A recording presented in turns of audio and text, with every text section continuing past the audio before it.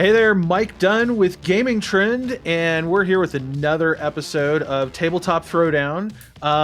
You'll notice that we did not air an episode last week. That's because Mark and I were too busy recovering from 24 hours of gaming last Saturday. It's because we're slackers. We're slackers. Yeah, all right, so we're slackers. But, you know, we had to catch up on sleep. Tonight we do have a special guest. Of course, this is me, Mike Dunn, with Mark Julian, my one of my lead editors at Gamingtrend and co-host of Tabletop Throwdown. But we have our good friend Ammon Anderson joining us once again. This time for the whole show. Wait, and I have to be here the whole time? You do. Yes. But yeah, we wanted to just have Ammon on and talk about all the cool things he's doing. And Ammon actually graciously donated a copy of Gnome Hollow that he signed for the event to auction off. And I actually am proud to say that raffle was our biggest single earner for the day. That's awesome. Yeah, it made just over $450. Wow, that's amazing. Yeah. So, and you said it was going to children's hospitals or something like that. Yes, children's hospitals. Yep. Well, I have a personal story here I can share. Like when I was a young dad, my youngest daughter stuck her fingers down the drain of the bathtub one day during bath time, and her fingers got stuck, and we couldn't get it out with anything, and so the fire department came after we called 911, and they basically cut her out of the bathtub, and Good they grief. had to take her down to a children's hospital, and they were barely able to save her two fingers. And so you say children's hospital, and I will always support that. Nice. Excellent. Yeah, the club as a whole, I believe this year we raised about a little over $6,500 for Children's Hospital of Denver. So, and yeah, that was the Colorado Springs Board Game Club, which I am a member of, and Mark as an ex-member of. Yeah, he's not an ex-member. He's just he's abroad. He's at large. Yeah, a remote member. Yes, a remote member. But yeah, he came in for the event, and we played a bunch of games, and we had a lot of fun. And awesome. I actually we will have a special episode coming up. It'll probably have to be split between something new and stuff that we recorded, because I did not record as much as I would have liked at the event, mostly because I was playing games and trying to raise money. So, but priorities. Yes. So thank you once again, Ammon. That was fantastic. It was a huge hit, and thanks for recording that greeting. That was super cool. Anytime. Happy to help. Excellent. So one of these days I need to go out to Colorado and join in on the game playing. That would be fun. Oh, yeah. I would love that. You would have a blast. Sean Brown from Mayfair Games actually drove down from Denver and joined us early in the day and played some fun games with us. Always looking for folks to come and play. It's a great bunch at this club. It's really something special. So I think That's you cool. would have a blast, actually. So, but yeah, Ammon, you released one of the hottest games of Gen Con this year, Gnome Hollow. It was a big hit. From what I can tell, it looks like it's still consistently a hit. Probably going to sell a ton of copies. This a lot of Gnome Hollow under Christmas trees this year. I'm guessing. For all the people who haven't gotten it yet, and shame them. No, I won't shame anyone for that. It's been great. I don't have it yet. But you could put it under my Christmas tree. We'll we've talk. had We'll talk. we've had it's been a pretty cool experience. Like I just got the first royalty report, and I can't say how much about it, but I can say that it sold way better than I personally was expecting, and it's pretty fantastic. So we're really excited to see the interest level and to see reviews all over the place, and hoping that it just continues to keep going. So like last I heard, like they were on like their fourth printing or something like that. Oh wow, Wow. that's So pretty good. Yeah, it's amazing. That's fantastic, man. Congratulations. It's well deserved. I don't know. I game. can't confirm that. That's what I've heard. So I don't know if that's true or not. But yeah. So busy guy. Well, We've been doing lots of stuff. We liked it a lot at Gamingtrend. We gave it a 100, which is crazy, as high as our rating goes. And again, I like. This is one of those situations since where the beginning. Yeah. Yes. I have. Yes, but I could not review that game myself because I am too close to you. I consider you a good friend, at this point, and we try not to. You can't totally eliminate bias, but this was one of those situations where I was like, I really need to give this to someone else on my team to review. And it was very validating for me personally when they came back with a 100, because I was like, yep, I will totally approve that score because I know it deserves it. Who reviewed that for us? It was Dan, I think. It was Dan? Yeah, I was going to say it was Dan. Yep. But I hope I can keep making you guys happy with some of my other designs that are coming up, and then you guys can just play lots of fun games. Well, so we've actually lined up a session with All Play for one of your next releases, which you showed off last year at PAX Unplugged, right? Yeah, you played it. I think you guys sat down and played it last year. Yes. Actually, you gave me one of the prototypes to play with, and that's right. I did give you a prototype. Yes, you did. You have one. My mom has one, and All Play has one, and I don't have one. So I can bring it to you at PAX Unplugged if you want it back. Like, I'm gonna get the new version of it at PAX, which will be super fun. Oh, okay.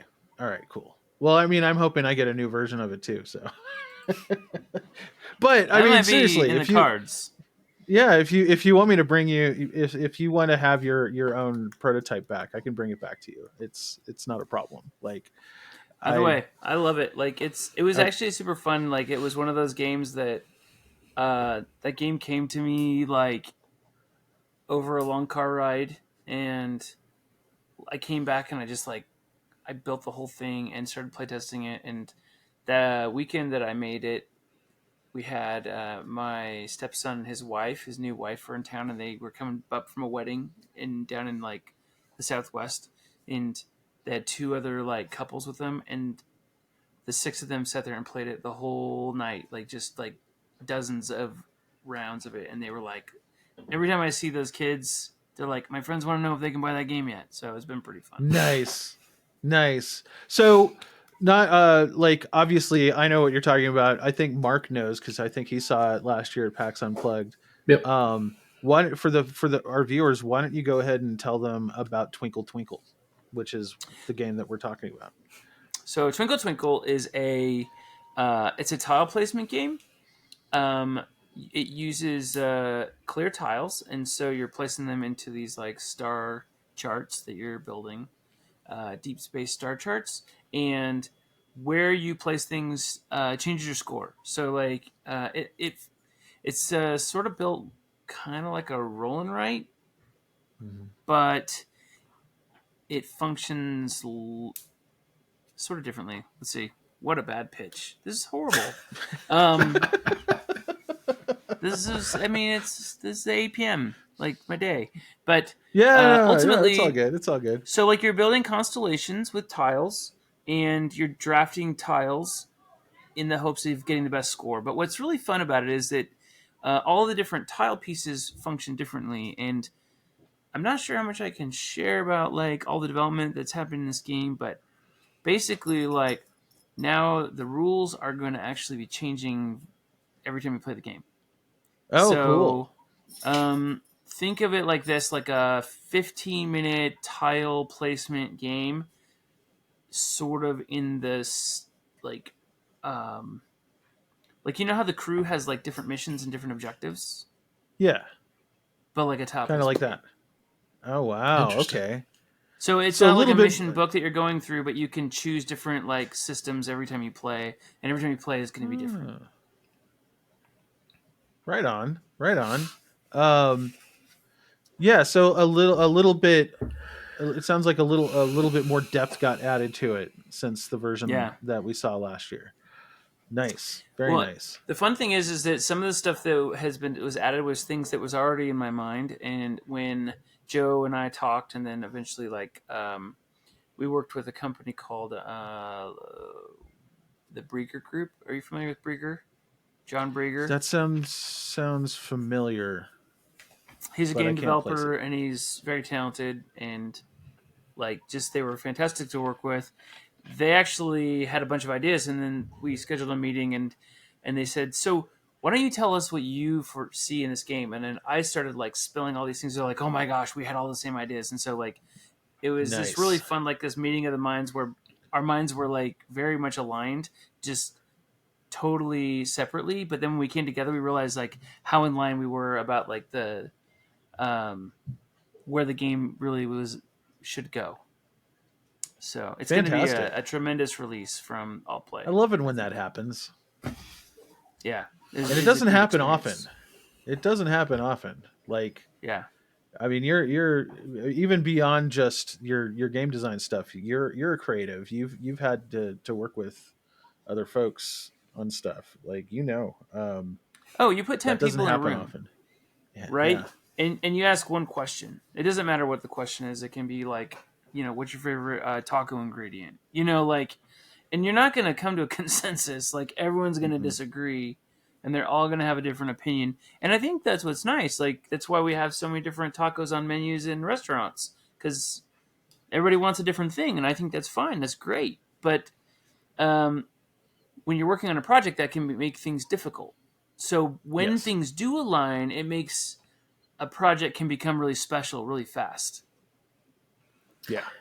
As a designer, when you go and work with a company like a developer that's going to help take your design to whatever the final product is going to look like, um, is it kind of hard if they have different ideas than you did? Like how much, I guess, how much control do you have over it at that point to say like, no, I don't like those ideas, we're going to do it my way? Or do you, how does that work? I have no idea.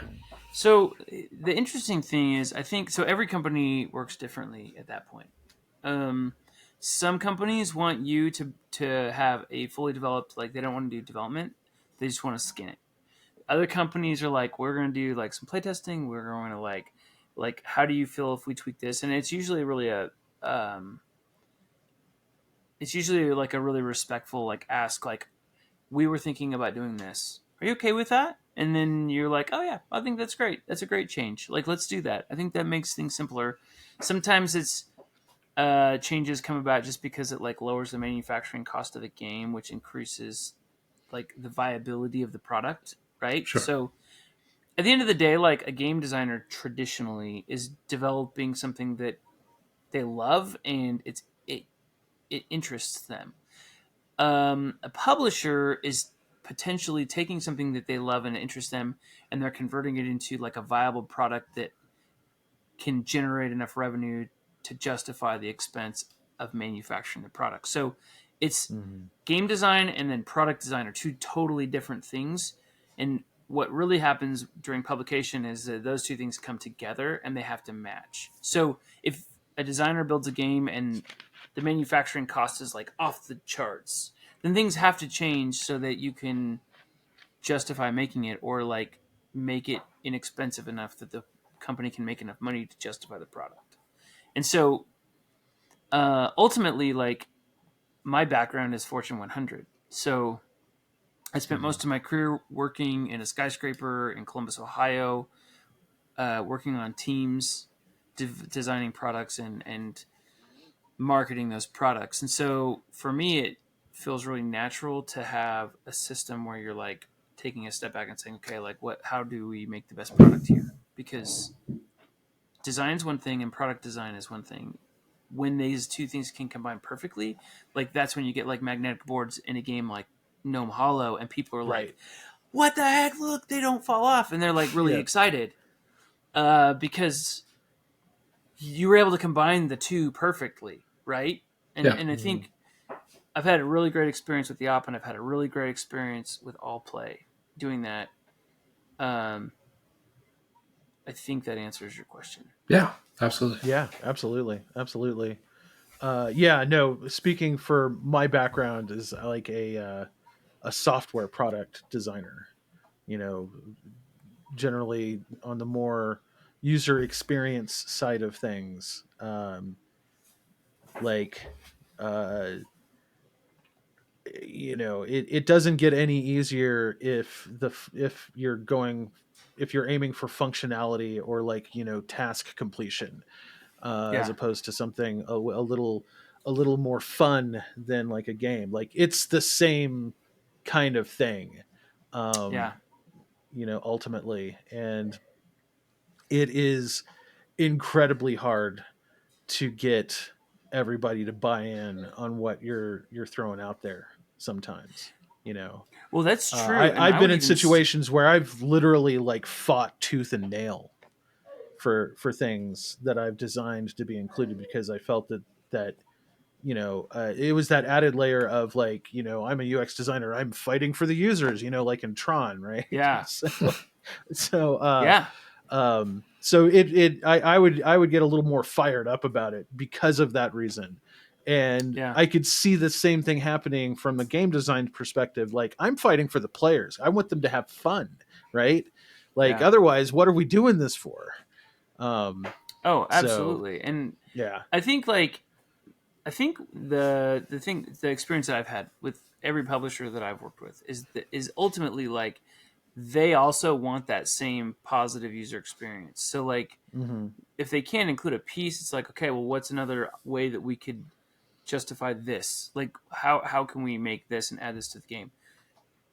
You know, and sometimes you do add something to a game that doesn't like make sense like monetarily, but when it comes to like how that game performs, you're like, that game would have never performed without this. Like, look at the Everdell tree, right?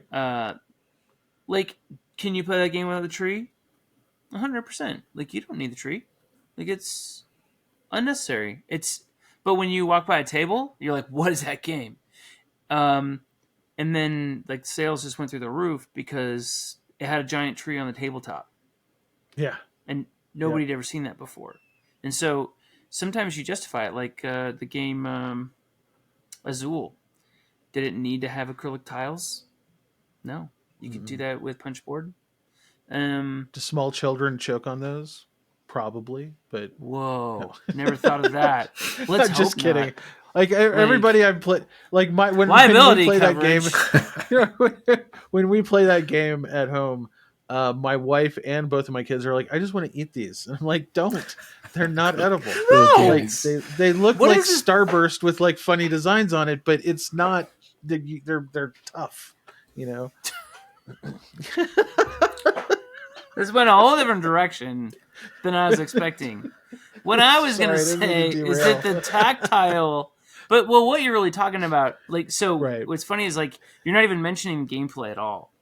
You're talking about the tactile feeling of those bits in your hand, and it does something. Like, so like the justification for why you're putting it in is because like people are going to play the game 1,000 times more because of those bits than they would have. Like if it was cardboard, I think the game would have like been a flash in the pan.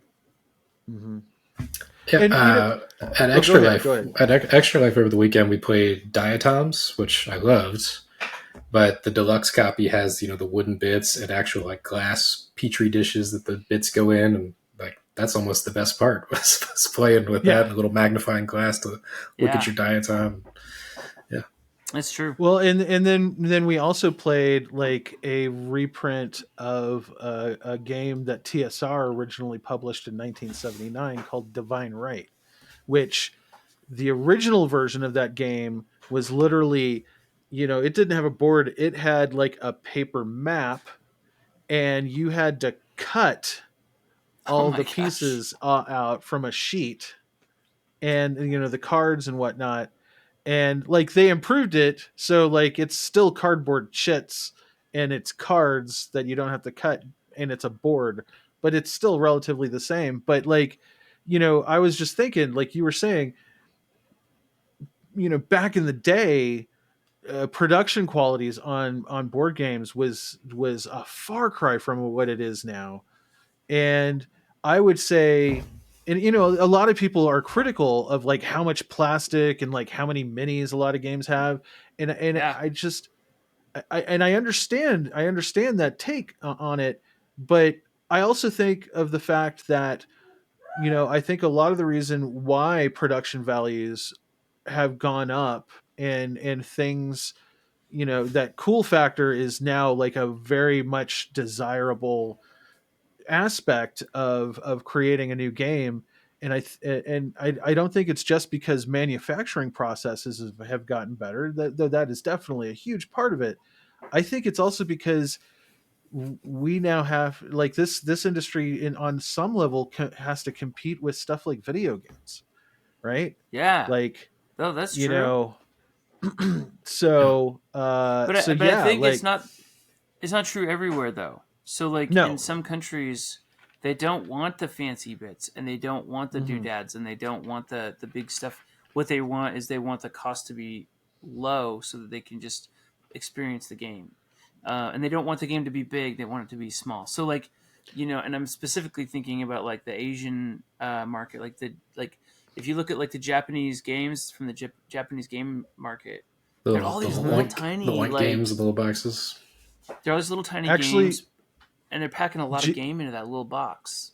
Jamie Stegmaier just posted about visiting Japan, and like these are the things that really struck me about the game industry in Japan. And the number one was there is not much shelf space, and every game on the shelf was small enough to fit in your pocket. Yeah, that's right. Well, is I mean, small games are they're growing in popularity even in Yep. North America, and especially in Europe. And I think that we're seeing that. Like, look at the success of All Play with their small boxes. They've got the little Mm-hmm. 4-inch by 4-inch by 3-inch boxes. Um, and then they even have like even smaller ones now. And so, a friend of mine, I just signed a game with him. Do you know Envy Born Games? Do Yes. you know Yes. Yeah, Matt? Matthew. So like, Yeah. I just signed a game with him called Space Potato, and it's gonna fit into a box about this size. Dude, yes. Actually, we're about to So have a review up of that game. this is a great game. Dan and I played that at Extra Life. Yes. Yeah. Yes. So like the one that I just signed is we're gonna make the box a little bit bigger because I couldn't get it as small, but it's also like a 90-minute game. So this is like a 15 minutes game, I think. 15 minutes, 10 minutes. Yeah, 15. So space It's potato. real So you were like, as long as a potato can fit in the box, you're good, right? Dude, it's a potato that like dismantles itself and falls apart. And there's As aliens. long as there's space for the potato. Yes. Huh? Yeah. All right, sorry. And the Gotta work alien on that one. meeples. It has to have little cool meeples. Like it's got to have like there the you table go. presents. So Nice. But yeah, like so wait, space potato. Wait, hold on. Did you just announce a new game that you're working on?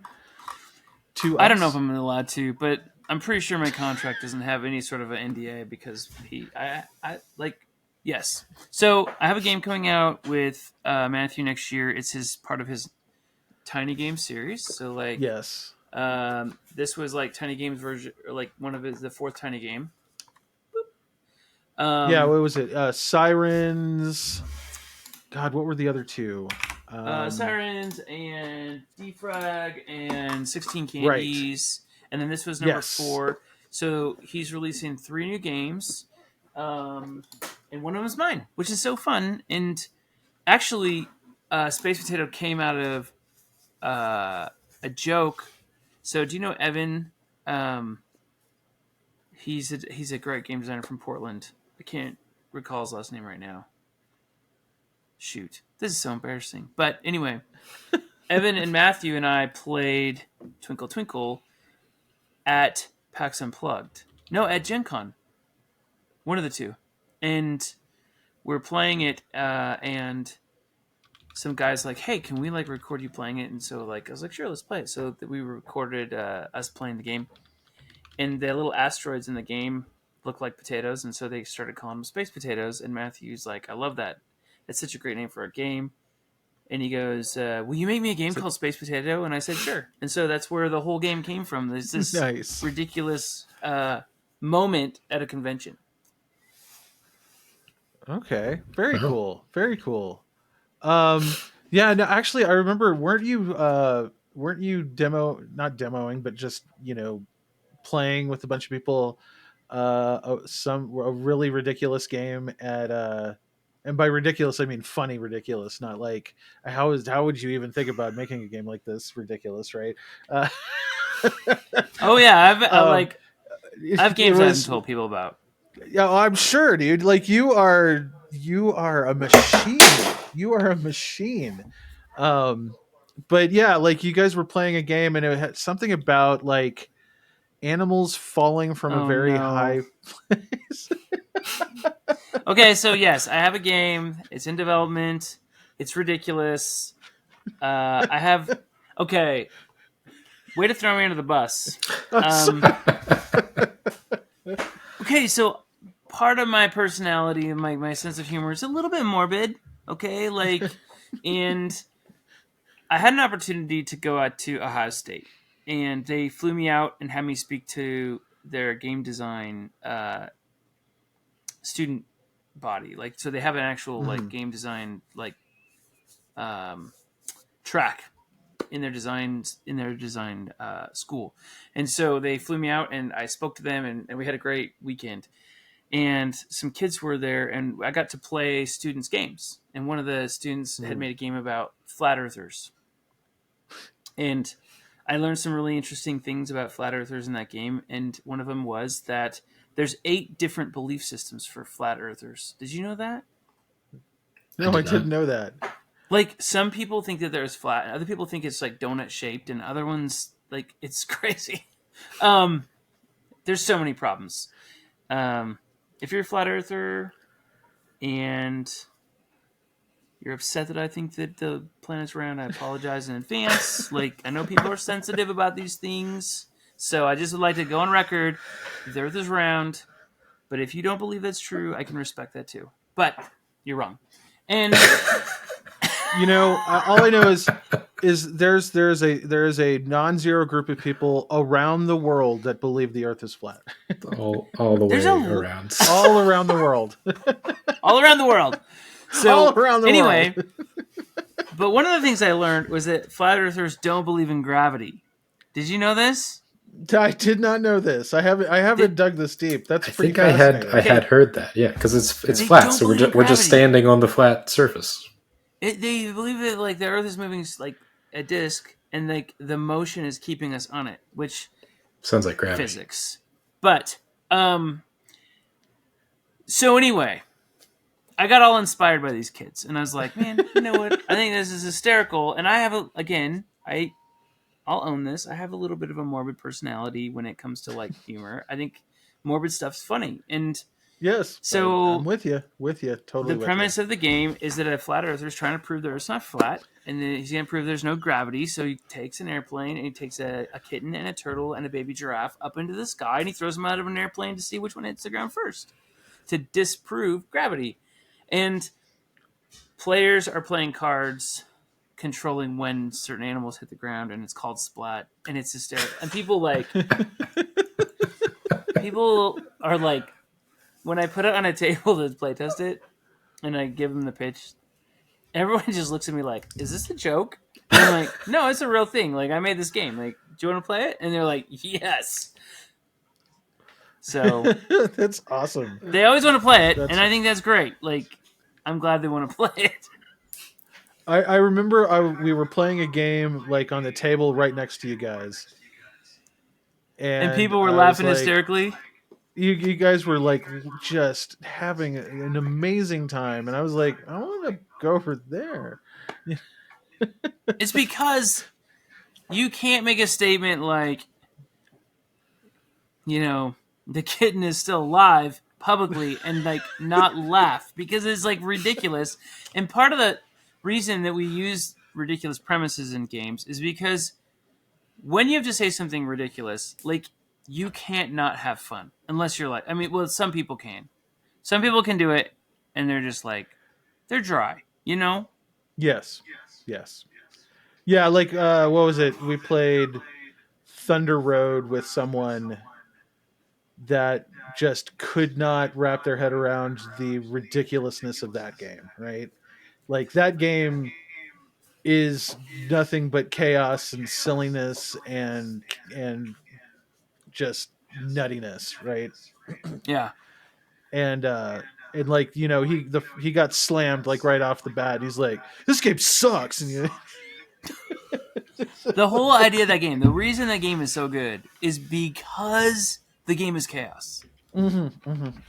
Like, Yep. that game is chaos in a box, and you play it because it's so much fun to just see the dice roll and be like, oh, nope, you tried to knock me out, but now you're over off the side and you just died. Haha. Like, and you blew up. And you blew up. And launched yourself halfway across the board and smashed into a cliff. They have a, let's see, I can't remember the name of it, but they have like a expansion. And it's yes, we've played it. We've actually Carnival of Chaos. In the process of reviewing it, Carnival of Chaos. It's great. Yeah, Carnival of Chaos. I mean, like, literally, it's like in the name. That's what I was gonna say. It's in the name. Like, it's just chaos, and it's supposed to be. Yep. Yeah, if you're playing to win in that game, you're not doing it right. Nope. No. It's funny because I think that game represents so much of what I loved about board games as a kid. Like, oh yeah. Like, I wasn't playing strategically to win. I was playing a game because, like, the internet didn't exist yet, and I was bored. Like, and we would play things just to, like, make things go crazy. Like, you know, it's just chaos, and it's fun to watch things explode. Yeah. Yeah, and not every game managed to pull that off well back in the day, right? Like, I mean, Talisman is a huge. It's been, you know, we're on the 5th printing of Talisman, and like I remember playing the first printing published by Games Workshop back in the late 80s, and it's basically a roll and move, and you know, there's win conditions, but no one, like, the win conditions, going for the win conditions was like the most boring part of the game. Like, it was all about like getting all the random stuff from cards, and like you know, getting turned into a toad, or like, you know, all the crazy stuff, and therefore like the game lasted way longer than it should have, and usually overstayed its welcome by that point, right? Oh, 100%, yeah. Well, okay, so the new game I designed, Space Potato, like, space is dangerous, right? Like, is it, right? Nobody's disagreeing with this. Like, space is dangerous. Like, if you're there, your chance of survival is low, right? Like, no one can hear you scream. Yeah, that's right. Well, it doesn't last long. You're dead like, in like 30 seconds. Like, but like, I think like certain films like use that as a level of like excitement in the film, like, and it's that morbid curiosity, like, can you survive, right? Like, we've seen a bunch of films come out from Hollywood that are like playing with this idea, like The Martian, right, that came out a few years ago, and like every time something goes like 10 wrong. Years ago. Was it 10 years ago? Yeah, this year's the 10-year anniversary of Interstellar. Oh yeah, right. Well, and the thing is, like, there's this morbid curiosity about like when things go wrong, and the more things that go wrong, you're like, well, it's like, how are they going to get out of this part? Right. So, like, in my game Space Potato, like, I was talking with Matthew, we're playing, I was like, I think that it's a worker placement. And I was like, I think your workers should be able to die. And he goes, you can't kill people's workers in a game. And I'm like, yes, I can. Why not? I can totally do it. And I'm going to. And so, like, there's this little event deck, and like if your little workers out mining because you're like mining like ore so that you can repair your ship in the game, like, but like once the next like event card flips over, like sometimes it's like all the asteroids or all the miners on the asteroid die, all your astronauts die, and you're like, what? Like, no, you can't do that. But it's hysterical. So, and I love it. And we were playing this game with some playtesters, and like there was this turn, and like 3 astronauts died. And the guy's playing is like, why? And I'm like, because it made me happy that your guy just died. Like, like that's why. Like that's why he can die, or she, whatever, right? That's why they can die. And so, and then I had to build a whole section of the game where you could go reclone your people. I love it. Oh man, are you gonna have this? Are you gonna be showing this off at PAX Unplugged by any chance? Yeah, I'm putting together a couple prototypes of it right now. Actually, they're printing on my 3D printers and the pieces, and there should be 2 copies of it at PAX Unplugged. All right. Yes, definitely pencil us in. Looking forward to it. Yeah, definitely. It's just fun. Like, if you can't have fun, like, why are you playing games? Right. Exactly. And that's the thing. It's like a lot. I know some people that really just kind of stick in 1 or 2 lanes with games. Sure. That's the only kind of games they ever play. Like I know this one guy, all he does are like really high end mathy Euro games, right? Yeah. 18XX. Like, dude, I love those games. But I gotta have variety. I mean, obviously being the editor-in-chief of a gaming news site, like that's a necessity, right? I have to have some variety, but I'm not always in the mood for the same kind of game. No. Yeah, I think we play a lot of different games. But I was looking at Yellow and Yangtze, which is not a new game. It's been out for a while, but I was reading forums about it on Board Game Geek because I do that sometimes. And this guy was talking about, he was replying to somebody complaining about imbalance, and he was like, well, yet the other day he played his like 1,000th game of Yellow and Yangtze, so he was proving like statistically about the balance of the game over the number of games he played. And I was like, wow, there's people that play the same game more than like 5 times. I thought that was just game designers. Yeah. Right? Like I think I've played like teenagers. Yeah. Right. Or like old school games, right? Like I've probably played Yahtzee like 5,000 times. Yes. But like it was my mom's favorite game for like all of my adolescence. Yep. So. Yep. Yeah, that was a game I played a lot with my family.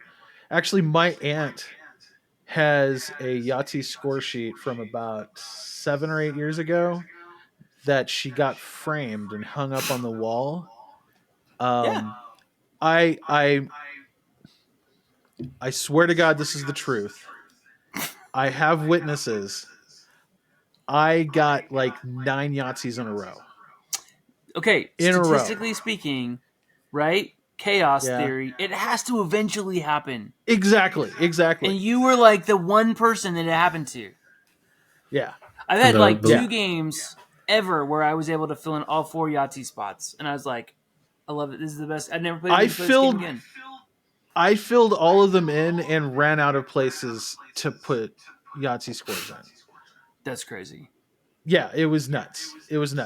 And there is a score sheet that proves this and witnesses. Next time you and go all to the your witnesses house, are still alive. so far. Yes. Morbid curiosity. Until we demand proof, and then they'll start disappearing. But this is the thing. Okay, so like again, You're talking about like all the different kinds of games you can play, right? Like the first time I played an 18xx, it was with the CEO of a company, and you don't want to play that game with the CEO. No. Like it wasn't fun because he just destroyed us, and Yeah. it's because he naturally plays those games in real life as a CEO, right? But like, um, every kind of game can be fun. It's all based on like what you're. So like, I think a lot of people sometimes in this industry were like, okay, like this game better be fun, and we go there and we're like, the fun needs to be in that box. But like, and that's true in a lot of ways. The fun should be in the box, but also like Right. we should be bringing the fun to the experience as well. And Yes. I think that's one of the things that I've been really thinking about as a designer. Like, how do you make a game like really fun? Like, how do you make a game be something that like when you are sitting at the table next to them, you're like, what are they playing? That looks like so much. They're having so much fun. And Are you sometimes it's the familiar group. with Scott McCloud? He's a comic artist. No, He wrote a book. He wrote a book called Understanding Comics. Oh wait, my camera froze. Hold on. We're you're okay. gonna I start that I can hear from you. again. All right. All right. So Scott McCloud, he wrote a book called Understanding Comics that I highly like. It's an amazing book that kind of deconstructs what how comics work, right? And I think one of the points that he makes that really speaks to what we're talking about right now is that um like unlike animation or film or anything, like you're able to, the reader is able to piece together a narrative based on still drawings that are in panels, and Yeah. all of the action, everything that happens in the space between those panels, that white space. That's the Yeah. space that the reader fills in. It's an interactive collaboration with the reader. And I Yeah. feel like designing games is almost certainly an expression of that same concept in that, you know, and most good art is literally collaboration between the artist and the person viewing the art, right? Yeah. That's right. And that's how some art can transcend the artist that made it, right? When it becomes something unique and creative to individuals in where they perceive it and interpret it in ways that the creator never even dreamt of. That is Yeah. the juice, man. That is That's right. the sweet spot.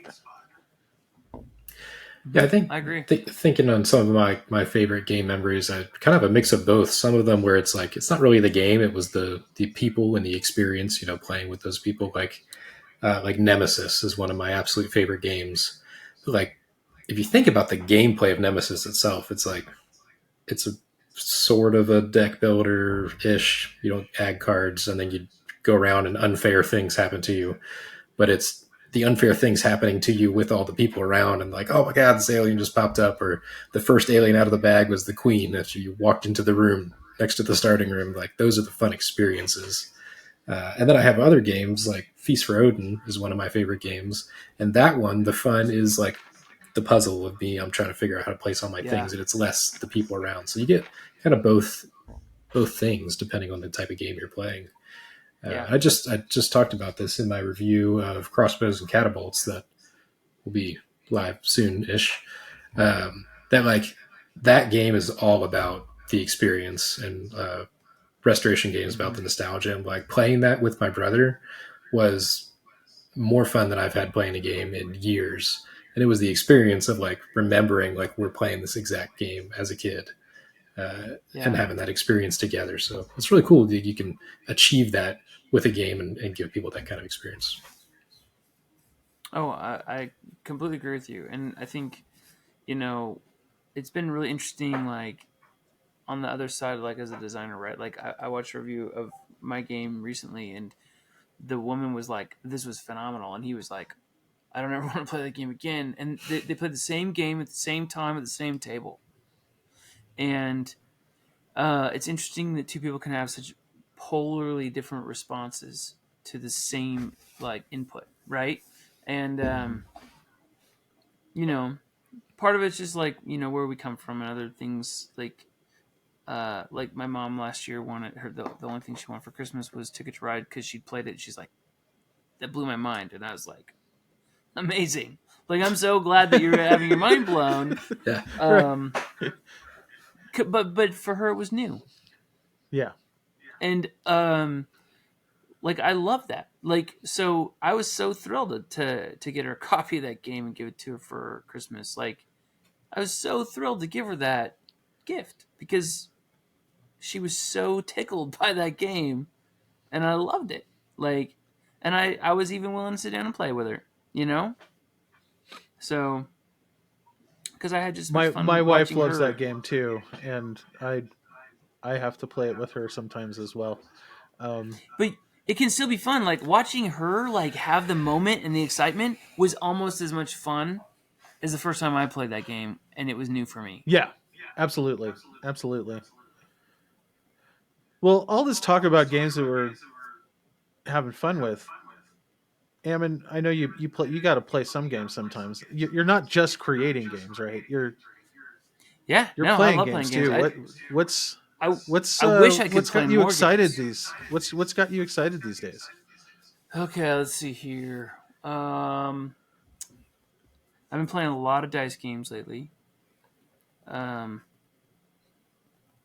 been working on some dice games, and so I typically like. Well, I That was play. going to be my next question. I'm not doing any dice games. I don't know what you're talking about. What are dice? So whenever I'm working on something, I'll play stuff that's in the same genre, the same like category, because for two reasons. Number one, like, I don't want to accidentally make something that's like something else, which Right. is really easy Can to do. happen. Yeah. Oh, No, like, it's especially not these days. hard. Holy cow. There's so many games out there. Like, it's pretty easy to make a game that's really similar to another game and not even know it. And then people are like, this reminds me of X. And you're like, I've never heard of that game. And then you go play it. You're like, dang, like, what a smart guy.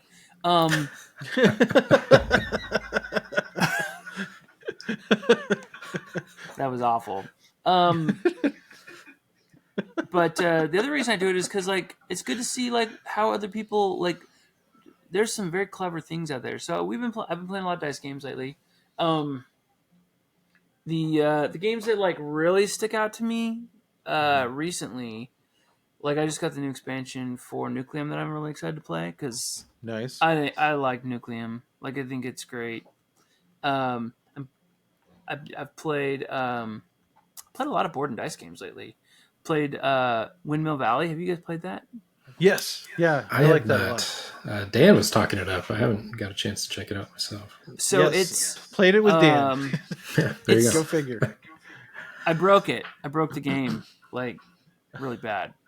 But Uh-oh. I got really lucky and I pulled like all the best upgrade tiles for they just kept coming out right before my turn.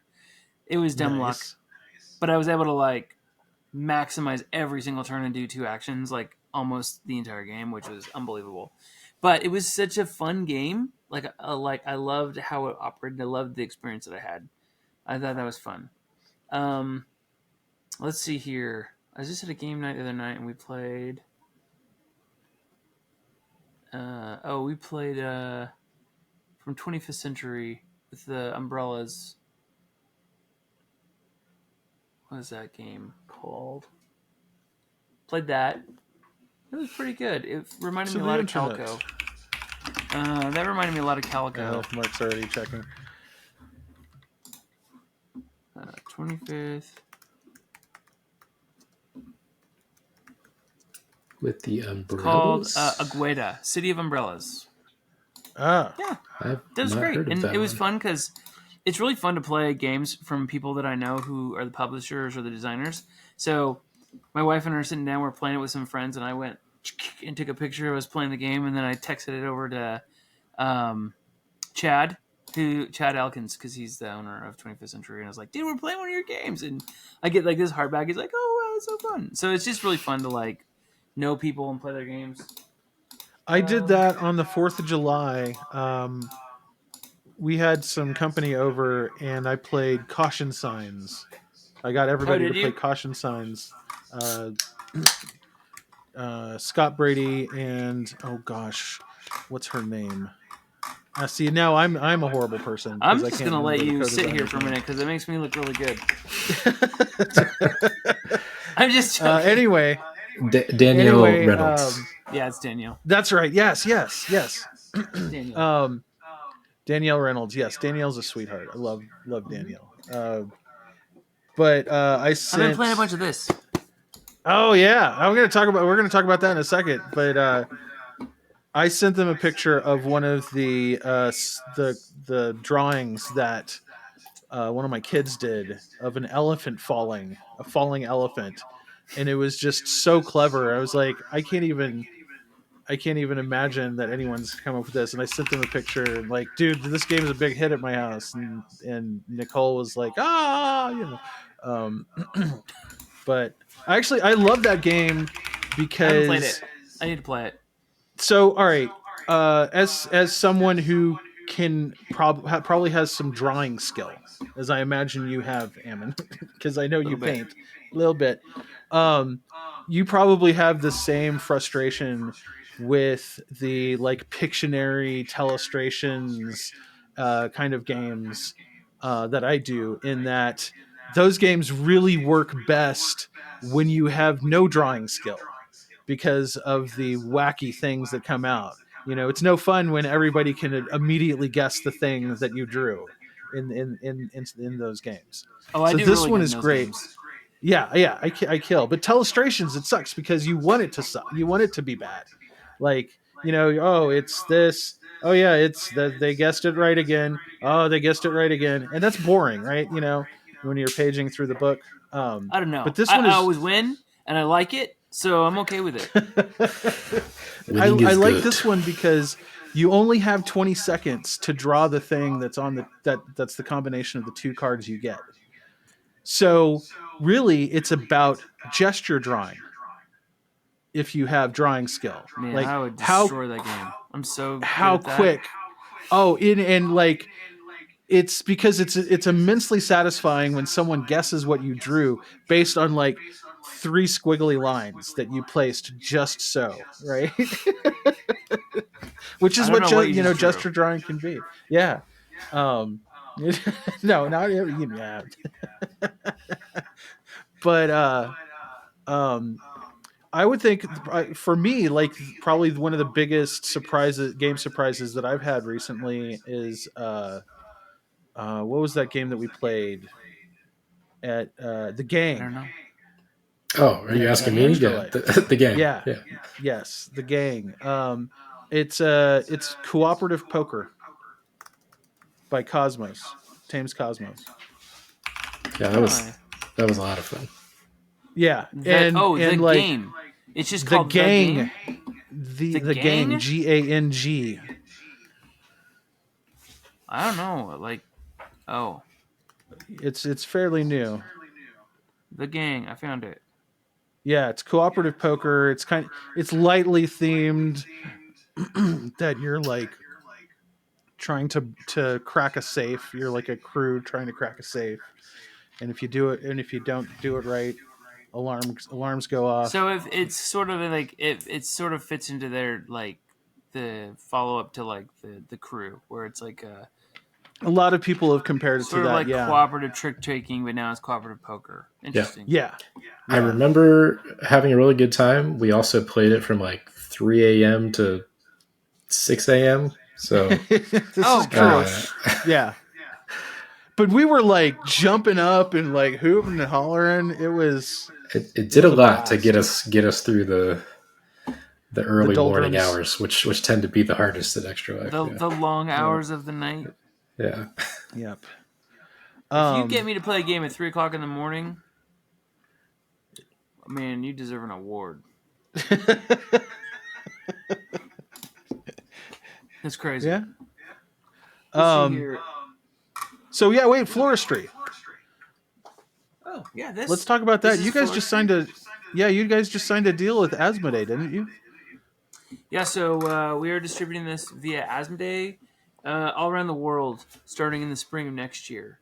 The U.S. copies just finished printing, and they'll be shipping to the U.S.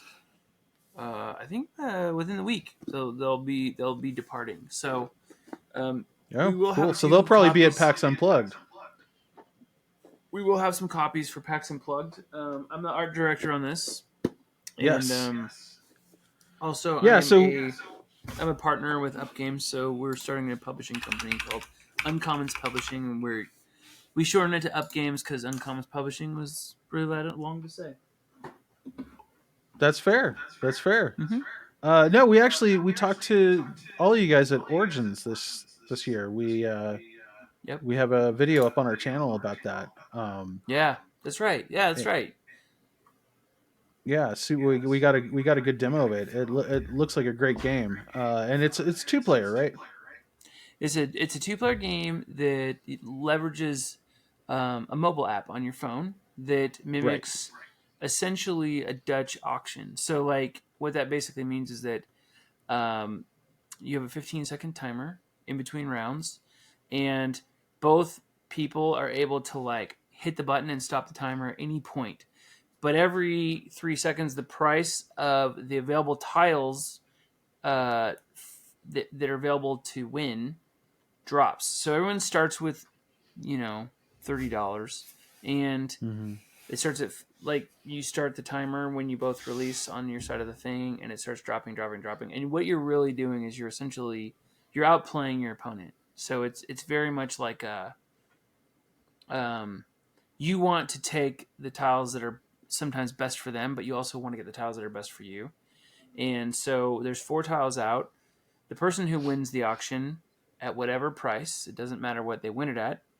Sometimes you want to you're going to start that and then you're going to hit that right away because you don't want them taking it, right? Because it benefits you both. Mm-hmm. You're going to get 3 of those 4, and the other player is going to get the last one for free. And usually you're trying to make sure that one is the least effective tile for them. Nice. Interesting. So it's just like it's a very intense 2-player game where you're actually really trying to strategically win things before they can. And then at the end of the game, you're going to get points based on the collections of flowers that you were able to put together within your Windows shop frame. Yeah, cool. I really liked the Dutch auction app. I thought that was one of the. It's got cute little kittens. Come on! Oh, look at that! Oh my gosh! These are the little player markers. That's so lovely. Very cute. That's adorable. Everybody loves cats. I may or may not be having a cat game coming out next year, but that's all I'm saying on the matter. I was just gonna leave you one there. I feel like we need to have a spoiler counter up whenever we have you on the show. Well, I'm actually so it's funny because how many games is Ammon working on that he's going to talk about this time? I have so many games, and I'm not telling you about it anymore. But I will say this: I do have a game that I've been working on, and I've given a lot of games to publishers, and so I kind of want to keep this one.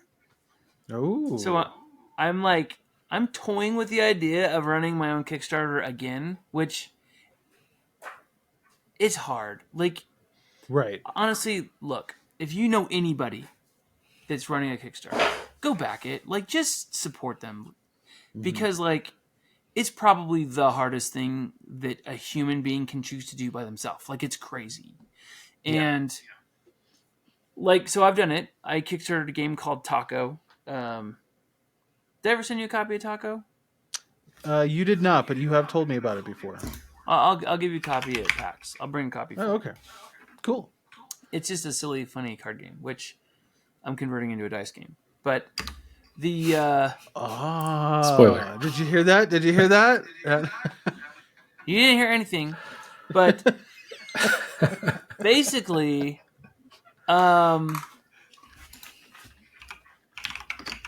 running a Kickstarter, like I did it, and it was super freaking hard. Like it's like stressful. dude. It's like, dude, okay, it's like all the emotions from my first 15-year marriage in like a 30-day period of time. It's crazy. Like it's the highs and it's the lows. Like it's all of that it. good, huh? It's rough, but no, it wasn't good.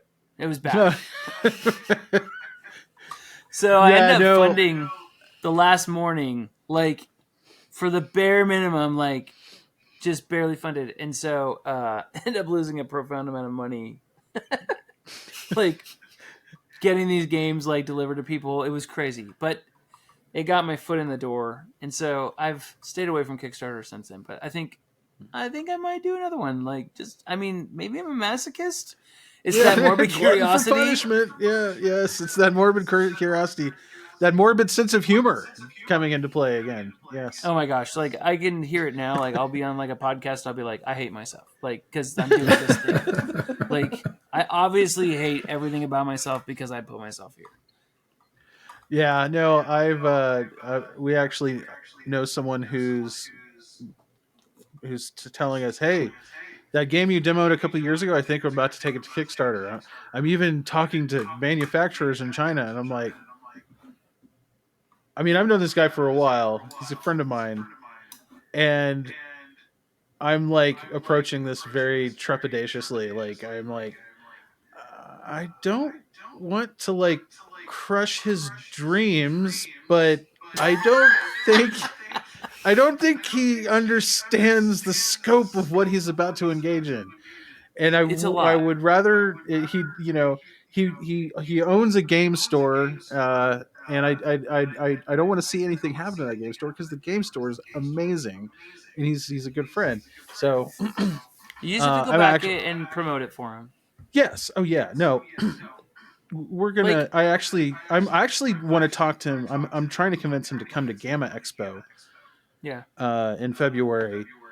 Because there, I know I can introduce him to some folks who could probably give him way better advice than I could ever dream of. There, Well, I mean, right?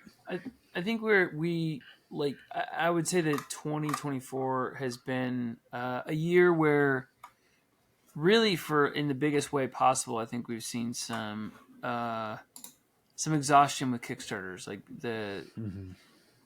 they are not making as much as they used to, and there's so many more of them, which is part of the problem. So like people are having to be much more like selective about where they spend their money, and then like the established game companies are leveraging it to like pay for all of their like big printings. So they're pulling a ton of money from backers who want to go back, like add-ons and things. Yeah, I feel it's more of a not. marketing tool now than Yeah. a get your thing made tool, right? Yeah, so I think one of the real problems with the current system is that the creators who have made a new thing and they want to get it out, like the individual creators, like people like me, they're not actually getting the support that they really need because like big companies like are out there just like pulling tons of cash out of people's wallets, with $300 and $400 uh like Mega pledge bundles. levels. Yeah. Like I've seen like $900 pledge levels. Like you can get like everything. It's $900, and I'm like, I know people are paying for it. They're buying them, but ultimately, like individual creators who are just hoping to make $50,000 just to cover the cost of like manufacture and bringing it to the States and building their thing, they're struggling right now. Those small creators, and so I like helping small creators like want to see a new company and they have a product that looks interesting. I always back it just because like I know how hard it is. So anyway, And then you have Mythic. yeah, right? Yeah. Shake your head again. Thank you. That was beautiful. Yes. No, this is me mourning my monster apocalypse pledge. That you didn't get? That, yeah, no, they never delivered, never will. Never will. Um, never Yeah, will. and I mean, like, honestly, like, and some of those companies have been so poorly managed. I mean, Yeah. they had plenty of money to fulfill, but ultimately, the reality is that they've been spending way more money than they're making, and they're putting up a new project so that they can pay for the last one, which is a poor business model. Mm-hmm. Period. Very, very Like, risky.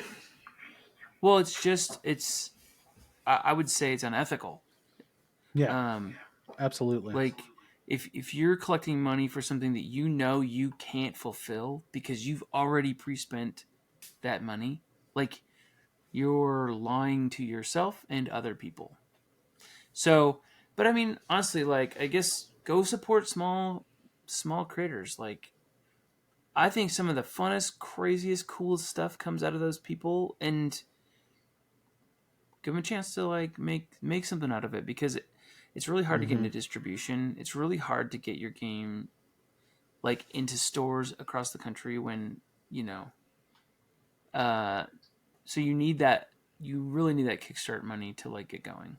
But I think I'm gonna do it again because I'm a glutton for punishment, and I don't know why. And by Well, March, I may be like, I'm not doing this. It's my birthday, and I'm not putting myself through that for 45. well, I also think that, and I'm kind of tiptoeing around this a little bit, but I think that there are certain things that are either about to happen or are being threatened to happen that is probably going to cause a lot of upheaval in the manufacturing side of board games. Yeah, Um, you know, yeah, that's true.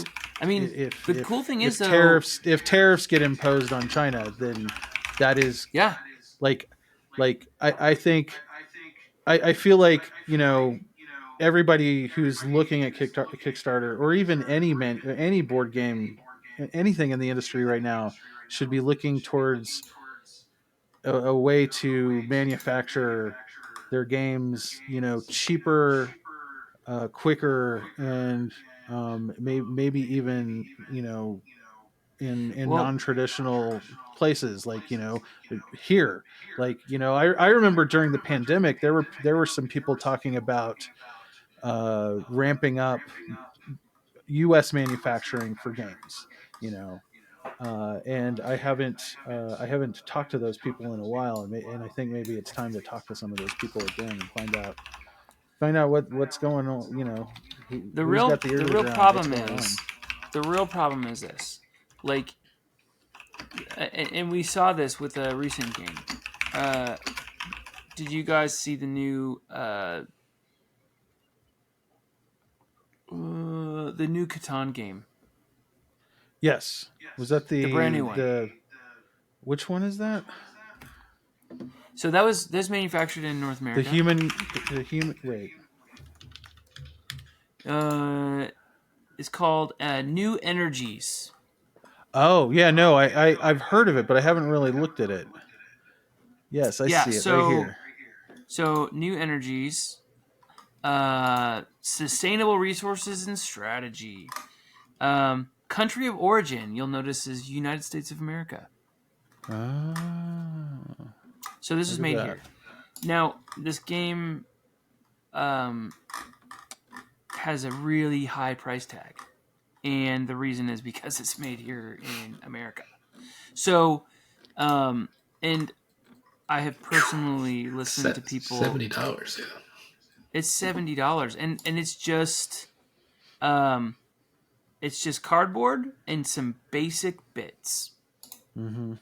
Like, if this had been manufactured in China, this game would have been easily $40 tops. But like, it's $70, and the real question is if a person does do that and keeps it here, are we willing to pay the financial cost to make Yeah, that a viable option? And I would say probably the answer to that in most cases is no. yeah, And but that may and the be about to reality change, is, well, and it's just right?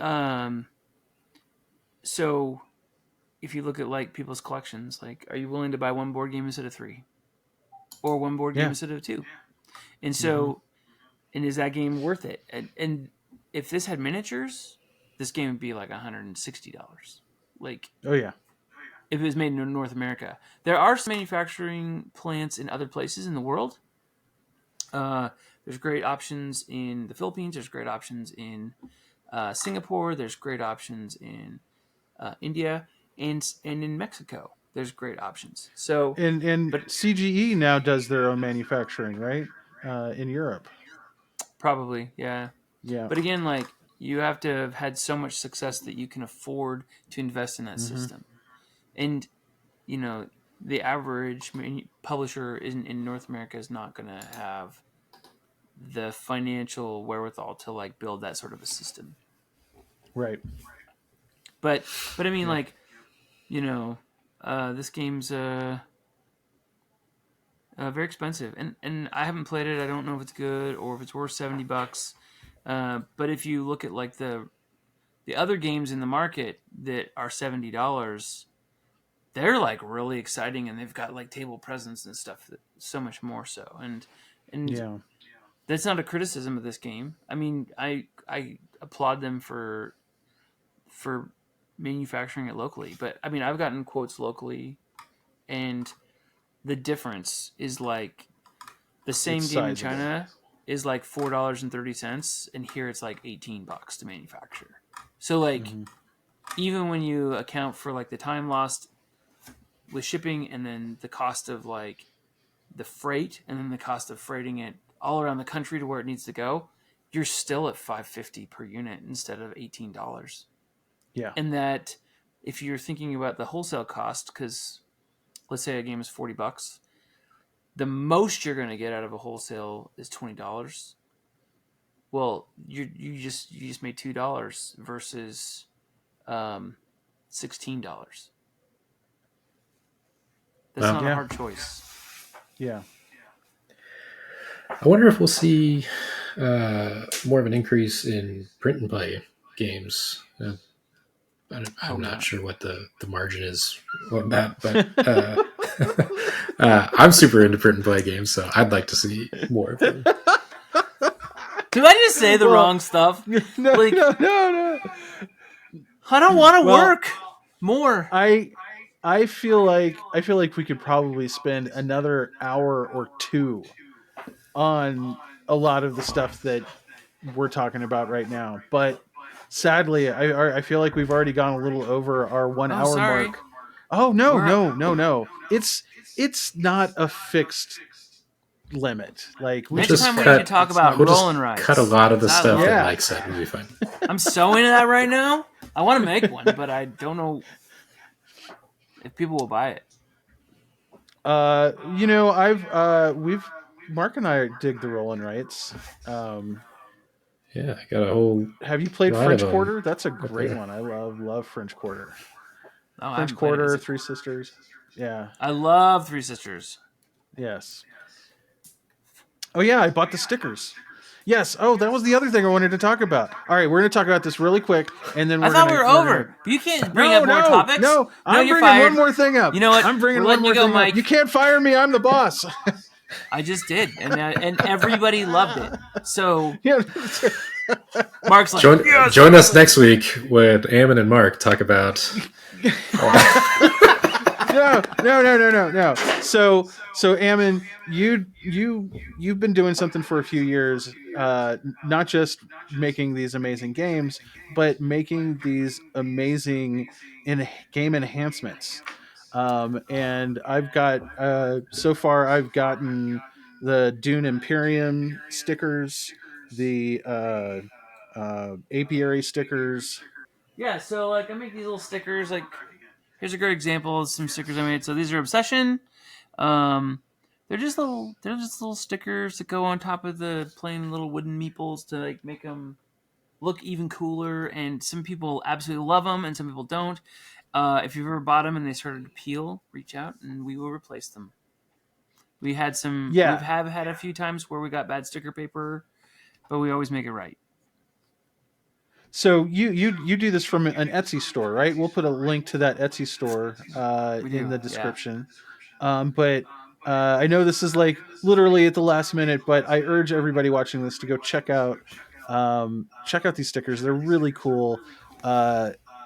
Like the one thing that I really like the most, I think, with is the Dune Imperium set, because you actually put denominations on the spice and money So you and don't have to Solari remember what they tokens. are. Right? Yeah. Like, I mean, I couldn't tell you how many times it's I the played little that game and things. people were like, "Okay, I get a big one. Is that a 3 or a 5?"